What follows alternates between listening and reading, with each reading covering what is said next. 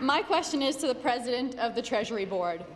Mr. Speaker, we know that Ontario has one of the largest debts of all subnational jurisdictions in the world, and our debt is almost equal to that of BC, Alberta, and Quebec combined.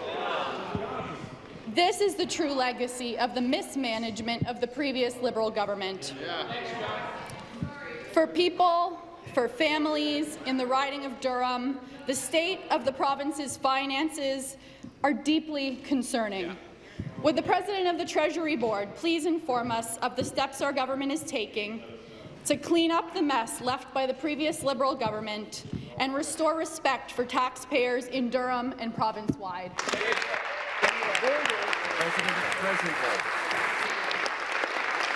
Thank you, Mr. Speaker, and thank you for the member from the Great Riding of Durham for that question.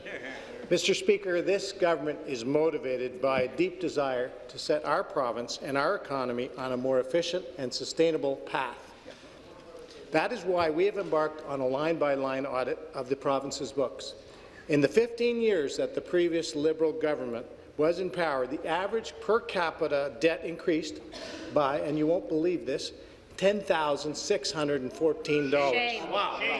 What kind of legacy is that for future generations? Mr. Speaker, the people of Ontario deserve answers.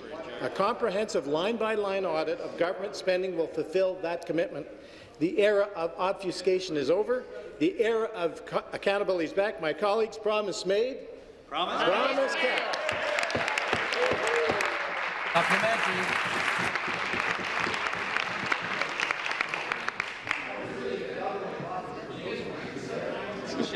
Thank you, Mr. Speaker, and please extend my thanks to the Minister for his response.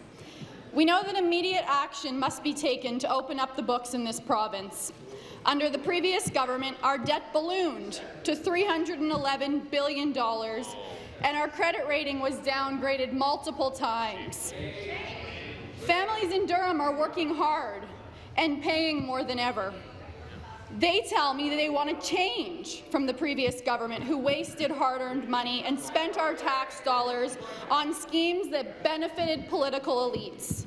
Would the President of the Treasury Board please give us more details on how the line-by-line audit will bring this change?